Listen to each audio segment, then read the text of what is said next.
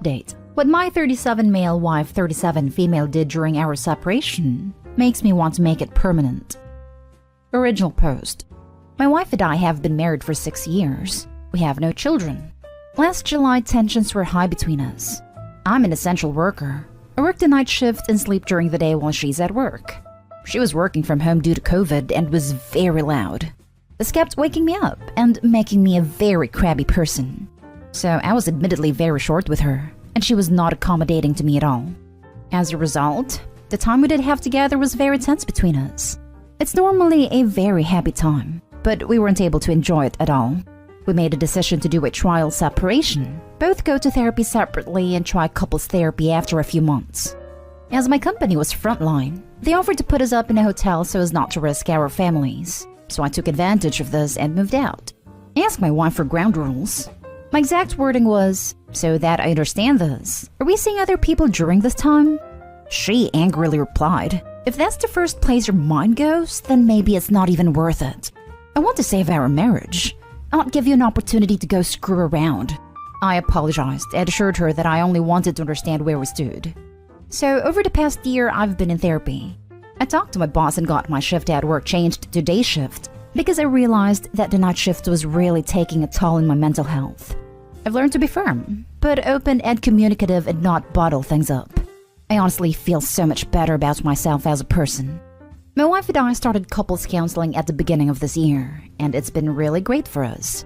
We both were open about what was wrong, both recognized the faults that we had, and both committed to wanting to make things better.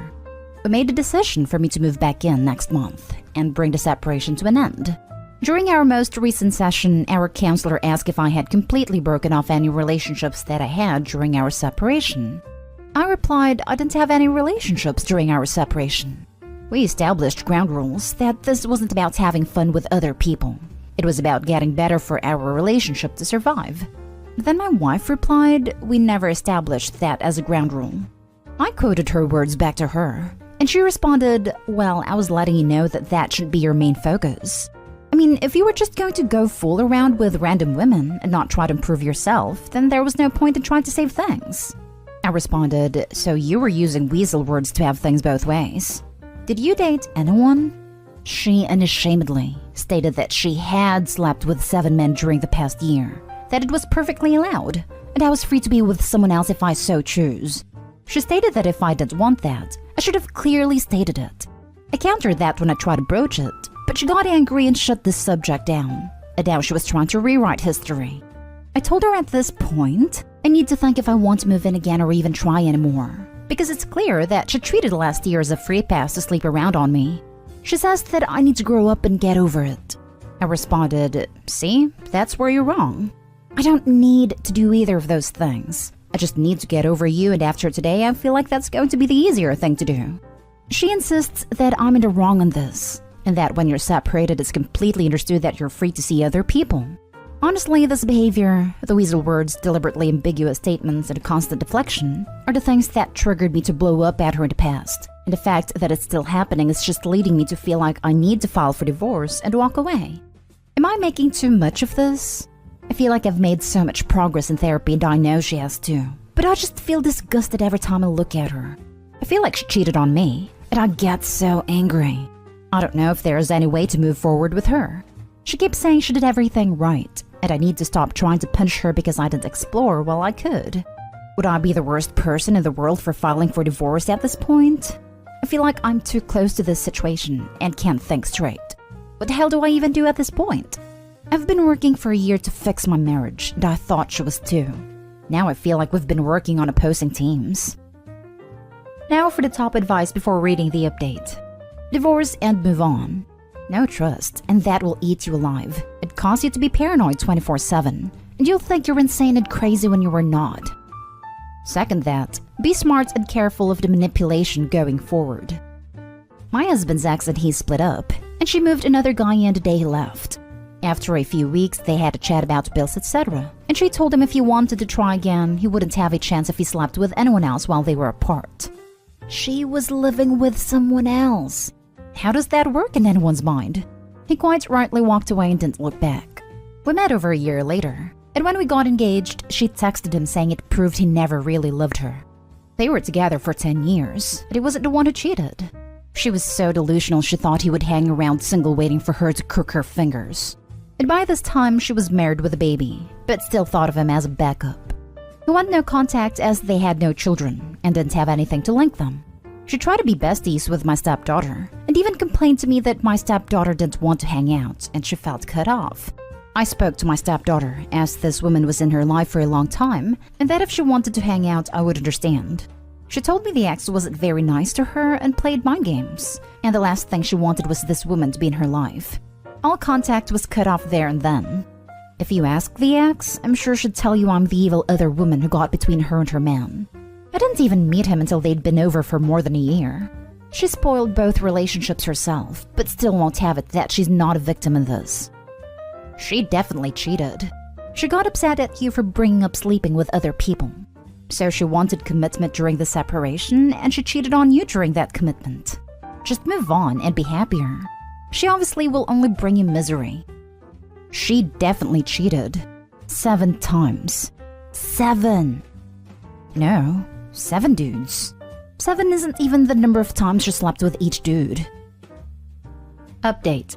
I've gotten a few requests for updates, and as much as I'm embarrassed over this whole thing, I think it helps to get it out. We are getting divorced. Shortly after the big revelation, our counselor asked to speak to me one-on-one. She told me, "You need to walk away for your own health. You've made so much progress and so many positive changes. This won't work unless you're both trying, and Tina is not trying. This can't be all on you because she will keep dragging you back down." My counselor told me that she was crossing a line by telling me what to do, but she literally could not sleep after finishing up our session and seeing the look in my face. When I thought about it, she's right.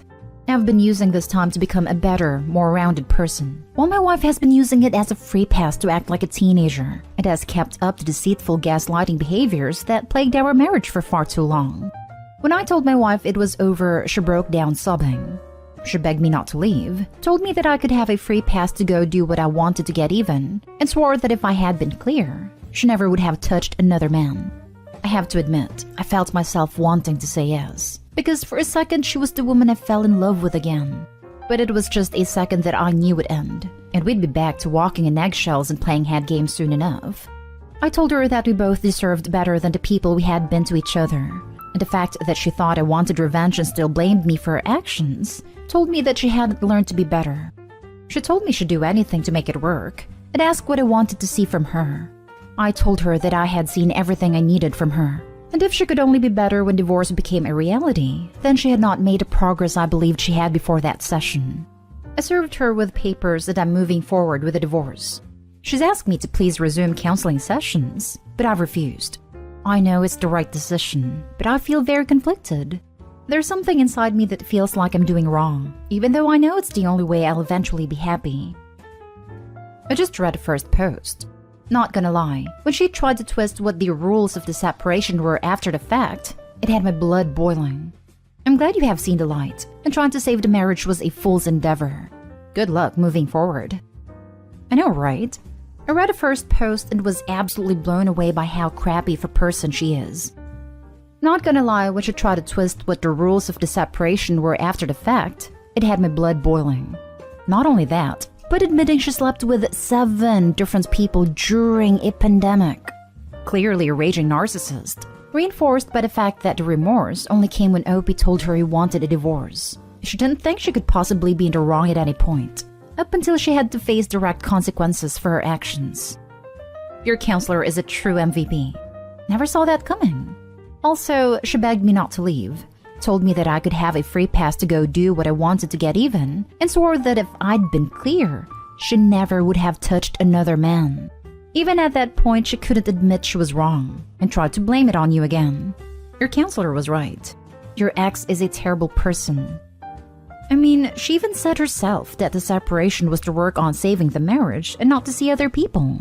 It doesn't matter how she tries to frame it after the fact, because I take her actions during the separation, which she still takes no accountability for, as her not having any interest in saving the marriage. Only my opinion, but I believe until death do we part.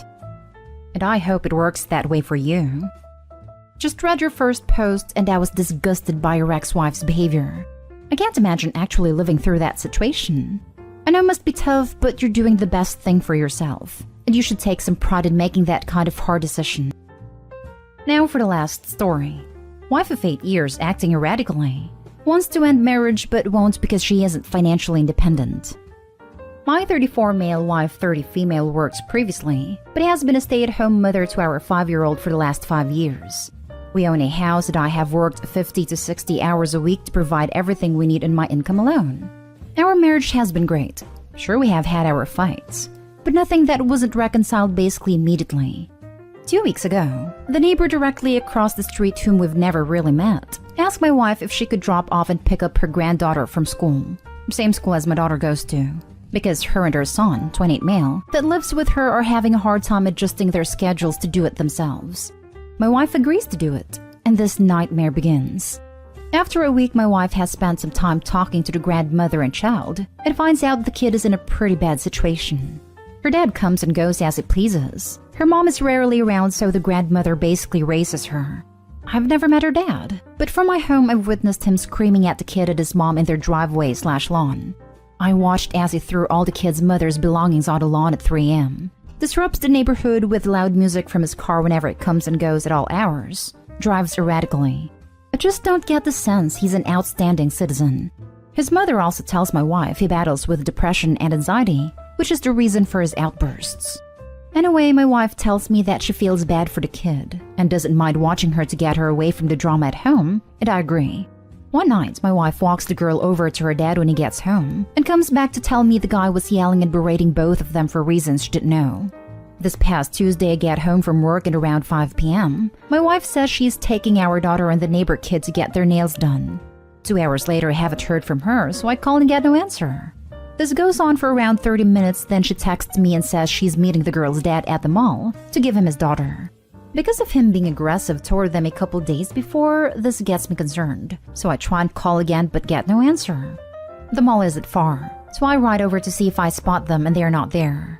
I drive around a little and spot my wife's vehicle in a different parking lot. I park and walk up, it's just her and our daughter inside. I get a deer and headlights look, and she immediately starts saying she's not happy and she's done with our marriage. She admits she had been walking around the mall with the girl's father talking. I get her to drive back home and things go further off the rails. She is flipping out, telling me I overreacted, and there was no reason to come find her. I tried to explain I was concerned because the guy was talking crazy to her in the past and supposedly struggles with mental health issues. And she tells me he never yelled at her the night she said he did. She told me that to throw me off and lead me to believe she wouldn't be around him. She eventually says she's going over to their house because she doesn't want to be near me and leaves my daughter and I at home. By this time, it was around 10 p.m. She never came back home until 5 a.m. The next few days are very strange. Wednesday started with everything calm and normal. But by that evening, she's telling me I'm not welcome at her family's Thanksgiving dinner, and she goes back to their house that evening for a couple hours. The time she does spend at home, she's on her phone texting him constantly and gets very defensive if I mention anything about the situation. Thanksgiving morning, everything is calm again, and end up going to dinner with the family, and the day is as normal as ever. Friday, we get up and go shopping for a while and have a great morning. On the way home, she says she's going out with a lady and her son that night. I push back, questioning why and explain how confused and hurt I am, and she basically doesn't want to hear it. So that night I take my daughter to see a movie and to hang out with some friends and their kids afterward. Get home around 9, and my wife is home already, acting as if everything is normal. Saturday goes smooth, then in the evening, completely out of the blue, she tells me she wants me to stay somewhere else that night or she's leaving. Like an idiot, I tell her I will go, because deep down I don't want to send her out into the night going who knows where. She tells me to take our daughter with me. So I get a hotel room and try to play it up to my daughter as we are just having a fun night staying in a hotel, eating snacks and watching movies. When I got home Sunday morning, I sent our daughter to church with my mother-in-law, and we sat down to talk. She says she has felt unappreciated for a long time and has put her life on hold to raise our daughter. She is tired of it and wants to have fun and would leave if she had any income or a place to go, but can't go anywhere because she will have nothing. I tell her I love her more than anything, and I'm willing to do whatever I need to salvage what we have if it is at all possible. She says she doesn't know what she wants. She might just be going through a phase. I offer up the suggestions that from now on, No one is forced to leave the house. Our daughter's sense of normalcy and home is prioritized, and I will stay on a different level of the house to give her space and privacy for the time being. She asks me if I'm willing to continue handling the finances the way we always have. We have a joint account, and she takes care of paying the bills. As far as the people across the street, she says they are new interesting people she's getting to know, who also have an interest in her and she enjoys their company. Apparently, the first night she went over, she painted me as some raving lunatic husband who was ready to turn the town upside down to find his wife, and they have no desire to meet me because of this. She tells me she doesn't have feelings for the dad. Last night, after our daughter went to bed, she went back across the street. I had to return to work from holiday this morning, so she texted me saying to let her know when I was leaving and she would come back over, which she did. This is all so uncharacteristic of her, but I'm baffled by how in a span of 5 days, my life has turned completely inside out. I want to work on our marriage and I'm willing to give her space to think, but it is destroying me inside to stay in a home with a woman who out of the blue wants to leave, but won't because she is not financially independent. Should I give her time to think and continue to pay for everything? I feel cast away to my basement and can't even look out the front window without seeing the home she would rather be at than our own. It also seems like she no longer cares to have our daughter. She has always been a great mother, but acts annoyed by everything all of a sudden. I just don't know what to do about any of this. I don't want to do anything to push her further away, but am I supposed to continue to eat crap and swallow politely so she can live out this new scenario? It hurts so bad. I want to hang in there, but it's like the moment my nerves settle, something crazy happens. I'm open to any advice I can get. I feel like I can't go to any of our friends or family because I'd rather keep it quiet for now, and it's hard to carry this around on my own. Could she be on some substance? This seems really extreme. That or she's cheating. I don't know why else should go on extended visits with the abusive dad, staying over at his house, hiding things from Opie. It sounds like substance use or an affair. For sure. Could definitely be an affair or both. The reason I thought these is because the abusive dad's behavior sounds like the behavior of someone out of their gourd on it. You need advice from an actual lawyer where you live. Don't leave the house anymore. It can look bad for you down the line. This behavior is very concerning, and it does not seem like she plans to stop. I am no doctor, but people have gone insane in the pandemic. A lot less going on, especially for stay-at-home parents, I would believe. She may have been sliding off the rails slowly and then something exciting happens and trigger her. I would do a good search of the house and electronics to look for substances, evidence of cheating or anything that can explain this. Again, talk with a lawyer. Maybe separation can be good, but make sure you do it by the book and not in a way that can make you lose custody. Right now, you have an unstable partner at your hands. She's not well mentally, but she understands very well that she's in a horrible spot financially. I'm not saying she will pull some shady and or illegal crap, but she has motivation to do so. A lawyer can help you minimize the chance for her to do that. It is not really about your relationship, but to protect your child. Anything can happen at this point, so set up extra protection on your accounts and electronics. Secure irreplaceable items, important documents, etc. Thank you for the advice. I'll be seeking out soon. The hardest/most confusing part for me is how hot and cold she is.